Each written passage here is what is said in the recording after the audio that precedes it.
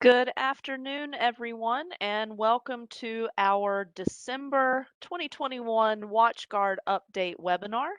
This is Madison Slater. I am the Vice President of Security and Compliance here at JSCM and your tour guide every month as we navigate the wide world of WatchGuard. Thank you all for taking time this month to join us. We've got some interesting stuff to talk about, so we're excited to jump in. Just a little bit of housekeeping before we get started. Everyone's lines are on mute. This webinar will be recorded and will be able to be played back from our website. There is a chat window available, so if you have any questions, please feel free to send those over, and we will be happy to answer those at the end. All right, getting into this month's topics, we're going to be talking a lot about AuthPoint, a lot of new updates coming out, talking about our updated AuthPoint agents, AuthPoint Geofencing, and then a couple of upcoming AuthPoint plans. And then I'm changing up the demo a little bit this month. I wanted to talk a little bit more high level. We often will focus on a particular topic, but I wanted to give you guys some action items to take back with you as you enter into the holiday season. My gift to you is more stuff that you can do on your firewall. So you're welcome. Before we jump into our actual content, I do want to provide our emergency update. I'm sure all of you on this know or have been dealing with the ramifications of the Log4j vulnerability. If you have not, I am jealous. It's been quite the hot topic of conversation. I just wanted to provide some updates specifically about WatchGuard. WatchGuard has released information to confirm that their Firebox appliances, their wireless APs, WatchGuard System Manager, and Dimension are not affected by this vulnerability. So very good news. AuthPoint TDR, and WatchGuard Cloud were running a vulnerable version of the Log4j2, but they were using a JDK version that was not vulnerable to the regular attack. They have updated those just out of precaution to make sure that there were no problems, and they've seen no evidence of successful attacks against those particular systems. WatchGuard has released some IPS signatures that are designed to identify and stop this attack. I've got those listed here. I'm not going to read those out to you, but the big takeaway here is to make sure that your IPS signatures are updated to version 4.1232 or version 18.188. Those are based off of what firmware you're running. Now, just a little disclaimer here. While WatchGuard has done an excellent job at trying to get signatures out, signatures are not foolproof when it comes to these types of attacks. Signatures are based off of the particular access doing a particular thing, and all that an attacker has to do is slightly change their approach, and those signatures will not be able to pick that up. So, while we are grateful that we have these IPS signatures that have been released, and they do definitely offer a high level of protection, they are not 100%. Also, you need to make sure that that IPS is actually turned on for all of the policies that you have coming in or leaving your network to make sure that those vulnerabilities are getting caught. Now, ultimately, the firewall has been the WatchGuard not vulnerable. That does not mean that anything behind the firewall is ultimately protected. Whatever application is running behind that firewall, that's really where the threat lies. So your action items here, depending on the application, make sure that it is fully patched. If it is using one of the vulnerable versions of Java that have been identified as part of this vulnerability, please make sure that you have patched that system. A lot of manufacturers, developers, vendors, they have been putting out information about this. This is a high visibility issue happening all across the internet. So check those systems, make sure that they are not vulnerable based off of documentation from the developer. If they are, make sure that you're getting the updates that they're releasing. If you are ultimately not sure, the best course of action, restrict inbound access. We've been doing a lot of analysis over the last couple of days of policies inbound into the firewall. What could possibly be there? Get a second set of eyes on it if you're not sure. We will be happy to help if that's something that you are really concerned about. Again, we've been looking at a lot of NAT policies over the last couple of days. But ultimately, if you are not sure, your best course of action is to lock down what is inbound into your network. At the very least, make sure that you are sourcing those policies by trusted IPs. All right. Again, just wanted to throw that in there. I know it's a high topic of conversation, so we want to make sure that we're bringing you guys as much relevant information as we can when it comes to the world of WatchGuard. So now we will move into our actual planned topics for the month. I always like to go through our firmware updates. Nothing has changed since November. With our XTM devices, we are still running 12.1.3 Update 6 that was released in August. For our smaller or a little bit older T series or M series devices like the T10, T30, M200, M300, our most recent release is 12.5.9. We are recommending that version at this point. We've been running it here and pushing it out to our managed firewall clients. So make sure you've got your firewall updated. And then for our newer T series, M series, or larger M series appliance, we have 12.7.2 also released in October, and again, that's our recommended version. So if you are anticipating a couple of quiet days here before the end of the year, and you haven't upgraded your firmware recently, make sure you're getting that updated to keep yourself relevant and to get all the cool new features that WatchGuard has available. All right, so moving into AuthPoint, we do have some updated AuthPoint agents available. One is a new version for Mac OS that is compatible with the new Monterey version. Please make sure before you are upgrading, if you have Macs that are running your AuthPoint agent, this is your logon app. So when a user logs into their computer, it's the app that is requiring MFA. If you have Mac devices that you are going to be upgrading to Monterey, please make sure that you update this Mac OS before doing that. Sorry, make sure you update the Mac agent before doing that. This version is version 1.11.0.92, and you can grab that download if you are in your WatchGuard cloud under your AuthPoint configuration in the download section. So if you're looking to upgrade any of your Mac devices, there is a new agent available for those. Additionally, there is a new gateway installer. Version 7.0.1 is available. We have been pushing this out, making sure that it's working. If you are running older versions of the gateway, you may have to uninstall them and then reinstall the newer version. Just be aware when you are updating your gateway agent, if it doesn't go perfectly, that could break the connection, at least temporarily, between your AD server and your AuthPoint cloud, meaning that anyone in that time period that is trying to log in might not be able to. So while we are recommending the AuthPoint Gateway upgrade, if this is not something you particularly feel comfortable handling yourself, again, we are more than happy to assist with that. We've done several over the last few weeks and can get that going without a lot of headache for you. But it is a good idea to make sure that that version is updated in your environment. And again, you can grab that from the download section in your AuthPoint cloud. All right, AuthPoint Geofencing. If you've attended any of our webinars over the last couple of months, this is something we've been talking a lot about. We had been looking forward to this prior to it coming out in beta. Geofencing is now out in beta. They are expecting or anticipating that this will be fully available here in December. Not sure if the Log4j vulnerability and all the issues that are arising from that are going to push them behind a little bit, but they have at least been saying that December was their anticipated full release. We've been running this in beta. AuthPoint beta is actually really interesting. You can actually just go in and turn that on and get that functionality. But with geofencing, what we are doing here is creating a policy object where we can add countries that will be a part of the policy. So basically saying these are the countries that are allowed. And then one of the functions here is that we can use geolocation or geofencing. We can use GPS as a way to determine exactly where that person is coming from. The whole premise of geofencing is to block connections coming from countries that we don't necessarily work in. So like here, all of my employees are based in the United States. I don't have anyone who is regularly traveling that needs to be able to access my 365 or my logon app or any of the other tools that I have tied into AuthPoint from somewhere outside of the United States.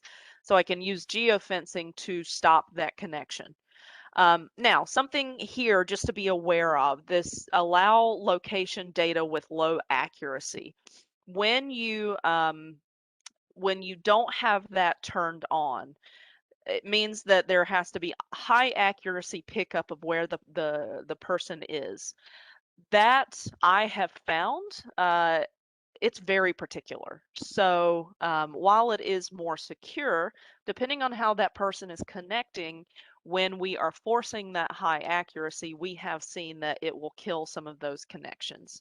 So at least for an initial rollout, starting this with allowing low accuracy might be a good idea. Making sure that even if we're not quite sure, we've got a general idea of where they are. Now, they could use a VPN to get around that. So that is something to be aware of. Geofencing, these services are not meant to be 100% accurate, but they are meant as a way to help you thwart some of these obvious attacks that are coming your way. So again, it's currently out in beta, should be out at least anticipated before the end of the year to be able to use geofencing on your AuthPoint. Expect when this comes out full force that we will be sending out alerts to let you know that it is available, and of course offering our assistance if you want some help getting that configured. All right, some exciting stuff. I have known for a while that AuthPoint, they're implementing new features, so we're finally getting some tentative dates for when some of these things are coming. AuthPoint is the team behind AuthPoint. They're really focused on, of course, adding as much security to this as possible. MFA on its own adds a lot of security, but the more features or functionality we can add alongside that, the better. So one of their plans after they fully roll out geofencing is Geo-Kinetics.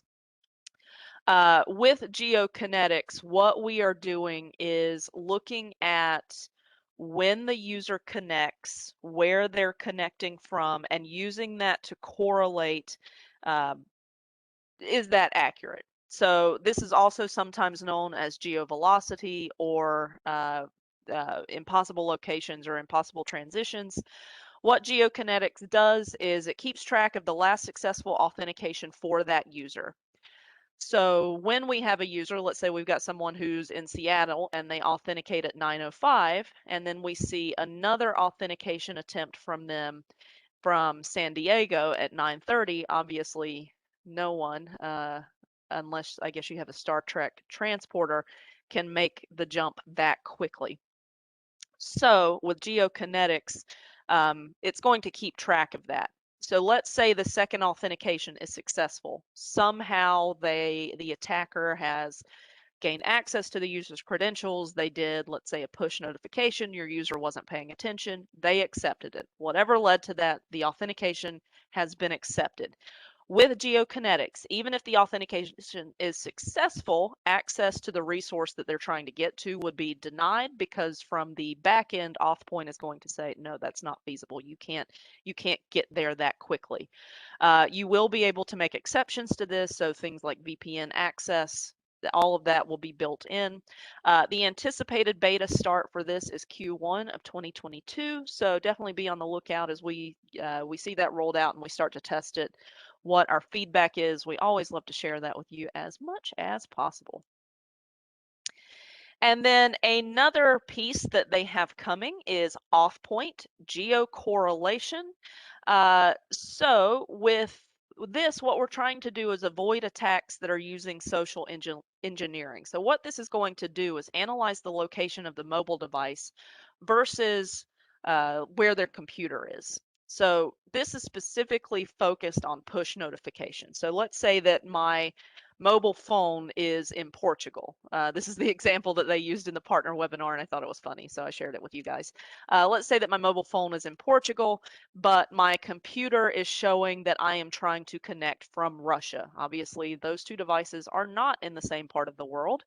So what this is designed to do is help protect against those users that just aren't paying attention and accept that push notification, which of course is always the fear when we're talking about MFA. We can implement it, but it is still up to the user to make sure that that information or to make sure that that attempt is accurate.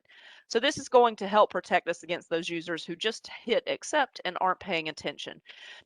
Much like with our Geo-Kinetics, even if the authentication was successful, so they got the password, they got through the MFA, this backend piece is going to say, no, that's not accurate. It's going to block that access even if the user has hit that push. This will only work with push-based notifications. This is not going to be feasible specifically because our hardware tokens are offline. So we need that push-based notification to know where that mobile device is. The beta for this, they are anticipating will start early Q2. So what we're seeing essentially is a lot of this risk framework for AuthPoint coming out, starting to snowball at this point in a good way, getting more and more functionality on this. If you are still, if your organization has not embraced MFA yet, regardless of what the solution is that you go with, as always, it is my due diligence here as the security person to say you need MFA. You need it, absolutely. No exceptions. You need it on your email, you need it on your VPN, you need it on your computers, you need it in a whole slew of different places. It is a serious issue when we don't have MFA. If you are looking at solutions, I will say this, we have been using AuthPoint here for several years. It's part of the reason I cover it as much as I do, not because I honestly am not a salesperson, but because I truly believe in the product. I believe in what they're doing, and I am very excited about this risk framework that they're building out. So definitely lots of cool stuff to look forward to at the beginning of 2022. All right, demo.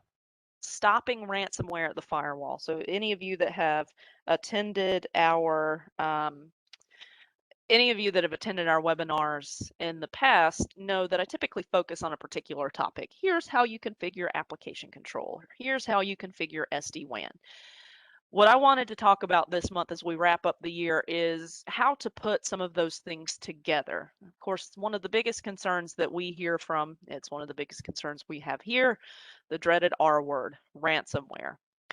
So what I wanted to cover in this month's demo was looking at ways that you can help stop this at the firewall. What I am going to walk you through are a couple of steps that if you take these, if you build them on top of each other, they will help stop. There is no one solution that will stop ransomware.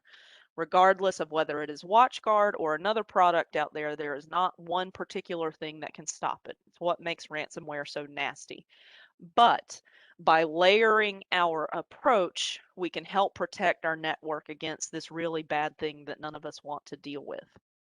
So I came up with some steps for you. And again, talking about tying in a lot of the stuff that we've talked about over the last year and why these are important.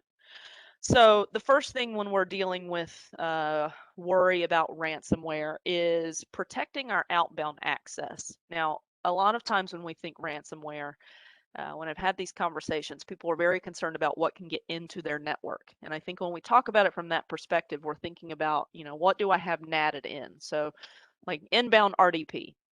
Should I have that on my firewall? Absolutely not. Is this necessarily the way that ransomware is going to come in? No. In some far off world, this is definitely an approach that someone would take, but this is not the most common way that attackers are trying to get ransomware into the network. The call is coming from inside the house. The issue with ransomware is that it's coming from your users. They are the ones that are initiating this in some way, whether they are clicking on a link in an email that they didn't verify, whether they are going to a website that is untrustworthy. It is coming from inside of your network. So, step one when we're talking about protecting protecting our network from ransomware, starting with the firewall, is to start by restricting outbound access. What can your users get to? If any of you have been in class with me, you know that I stand on a soapbox for a while and I talk about our wonderful outgoing policy. This policy on our firewall says anything from specifically my trusted network can get to anything outside of the network on any TCP or UDP port. When we are not restricting our outbound access, we're really limiting what our firewall can do. So step one to protecting your network against ransomware, stopping it into the firewall, is make your policies do the work. Don't give a catch-all policy on your network. If it is something like a guest network, that's fine. Hopefully those are devices that are segmented off the appropriate way. It is specifically for your trusted, your internal network, your key systems. So what do? Well, first of all, you don't want to just turn it off. You're going to break something. So that's where we take that policy and we replace it with the policies that are actually needed. Let your firewall step in and actually look at and allow or deny all of the ports leaving your network. Step number one, you have to allow your firewall to be in control of what's actually leaving. Step two, and sort of in conjunction with that in a lot of ways, is making sure that we have the appropriate proxy policies in place. Proxy policies are important because these are required for a lot of our security services to work. And the reason for that is that our proxy policies allow our firewall to actually inspect the content, look at the guts of the policy or the guts of the traffic that's actually going through the firewall. With a simple packet filter, which you can determine through your policy will be just a little check mark, all we're doing is saying, yes, this port is open, it can get through. Our proxy policies, which are going to be our little check mark in a shield icon, what the firewall's doing is actually inspecting at the content level what's passing through. There are several types of proxy policies that you can build on your firewall, but the ones that I have here are the ones that we focus on a lot: FTP, HTTP, HTTPS, DNS, and then I would also add SMTP into that if you have an internal email server. If you're using something like 365 or another hosted version of email, you don't necessarily need that SMTP proxy. But the reason, again, you need those proxies because those are required to process or for the firewall to be able to utilize some of the security services that we need to then look for ransomware. That leads us to step three, our HTTPS policy. You have to turn on deep packet inspection. No question, if you want to protect your network against ransomware, you have to have DPI. Not because DPI itself will stop ransomware, but what DPI does is allows the firewall to inspect your HTTPS traffic. Over 90% of your web traffic is HTTPS because over 90% of all internet traffic is HTTPS. If your firewall is not inspecting that traffic, then your security services that are going to apply to your HTTPS do not work. It is not a recommendation, it is a requirement. It is the number one thing that I flag on security assessments outside of MFA. Those two go, they're on every single one. You have to have deep packet inspection. No question. Your firewall needed it yesterday. Put DPI on it. Our next step is then utilizing our security services. Now, there are different layers of licensing. We won't go into that. I'm just going to tell you what these services are designed for and how they help protect you against ransomware. So the first thing is Gateway Antivirus. Now, Gateway AV is our signature-based AV. Will signature-based antivirus typically pick up on ransomware? Unless it's just really old ransomware, no. If there is not a known signature for it, Gateway AV will not be able to pick up on it. However, Gateway AV is an initial component that is required for two other security services that can pick up on ransomware. So your Gateway AV needs to be enabled on every single proxy policy that you have turned on your firewall. Just enable it across the board. Then we deal with our Intelligent AV. Now, Intelligent AV is part of Total Security Suite, and it is only available on larger boxes. Intelligent AV is our intelligence or AI-based antivirus. It's not dealing with signatures, it's looking at the behavior. This is where we see a lot of ransomware get flagged because things look suspicious. In order to turn on Intelligent AV, you need Gateway Antivirus. In order for Gateway Antivirus to fully work, you need DPI. In order for DPI to work, you need your HTTPS proxy. Hope you see where I'm going with this. These things are layering on top of each other because no one thing is going to be able to do it all. Intelligent AV is a wonderful service. If you have it licensed on your firewall, turn it on. Even if you are not yet doing DPI, but you will be because I said you needed to, turn on Intelligent AV. Let it do what it can, at least for now. And then we have APT blocker. APT stands for Advanced Persistent Threat. A lot of ransomware gets classified as an APT because they get into the network and they sit there. APT blocker, in order to configure this, you need to have gateway antivirus turned on. APT blocker relies on a cloud sandbox. In order for APT blocker to work, we need gateway AV. We do need to have DPI in order for it to be fully utilized. And then we want to make sure that it is enabled on every single one of our available proxies. If I had not already turned on gateway AV, my policies would not be listed here. Make sure you have gateway AV turned on first and then APT blocker. Another service, and honestly one that we're seeing more and more adoption with, but still not to the level that I would expect, threat detection, TDR. TDR actually, when you have this licensed, you get licenses for host sensors that are installed on your endpoints, and that's actually where TDR really shines. TDR is designed to look for advanced malware on the endpoint. It's designed to look for things like ransomware. It's looking at behavior on the endpoint itself. So even if you have an endpoint that's not behind the firewall, you have a level of protection there. You still need to have a good endpoint protection solution on that endpoint. This is just an additional layer of that. Having TDR rolled out can help you identify threats before they come really serious. You do configure that on the firewall as well to make sure that it can also see any of that suspicious activity that's coming through.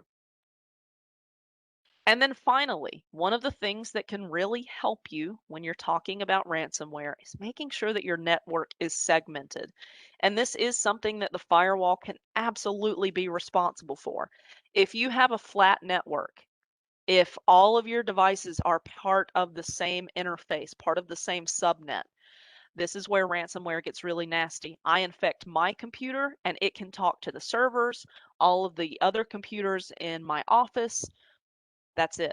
Not much the firewall can do at that point. Now, hopefully it saw it before it ever came in, but let's say that it didn't. I forgot to turn on DPI. I didn't have that configured. Segmentation on a network is one of the key ways to stop ransomware. How do you do that on a firewall? Well, you can physically segment by your physical interfaces, or more realistically, you segment by VLAN.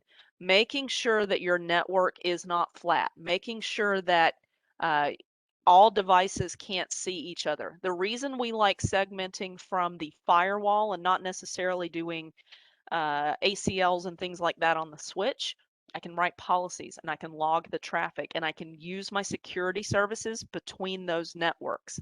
I can have a VLAN for my my regular office computers, and then I can have a VLAN for my servers. And I can control the down to the port and protocol what can communicate between the two. Network segmentation will make or break your success when it comes to ransomware. If it gets in and that computer can talk to everything else, that's where these issues become really widespread. The big thing, again, that I want you to all understand, there will never be a single solution to ransomware, ever. And ransomware is just the hottest topic. Any of these vulnerabilities out there, they happen because there's a chain. There's a chain of events that occurs, meaning we need a chain of items that will help protect us. If you feel like your firewall is not quite up to par with where it needs to be as far as protecting your organization, please reach out to us. We want to make sure that you are as protected as possible. Can we stop a user from clicking on a link? No. Can we help you train them? Yes. But specifically, we can't necessarily stop the things that someone could be doing to bring in ransomware. So the best we can do is make sure that your firewall is protected as possible and as locked down as it can be. All right, and then jumping back finishing up here, again, we always have WatchGuard classes happening. We have Seattle class coming up in January, as well as a Charlotte class at the end of January, another Seattle class in February, and then back here, Charlotte, for early March. If you want to go through some official WatchGuard training, please join us. We are happy to dive into these topics over the course of 3.5 days and really figure out the best ways to get these configured. If it's been a while since you've been to training, content does update, so it might be a good thing to look forward to and get planned for 2022. All right, and then finally, if anyone has any questions, please feel free to send those over. I'll be happy to answer those before I cut you all loose today.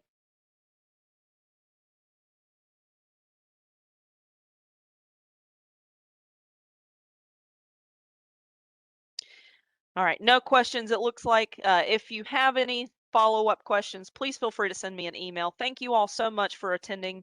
I hope that the topics, we're trying to think of some new things to bring to you all. If you ever have suggestions, recommendations, requests for demos, topics that we cover, send those over either to myself or your account manager. We will make sure those are included. And as always, we are here to help with anything WatchGuard that we can. Thank you all very much for your time. I hope you have a wonderful holiday season. Stay warm, stay safe, and we will see you all in 2022.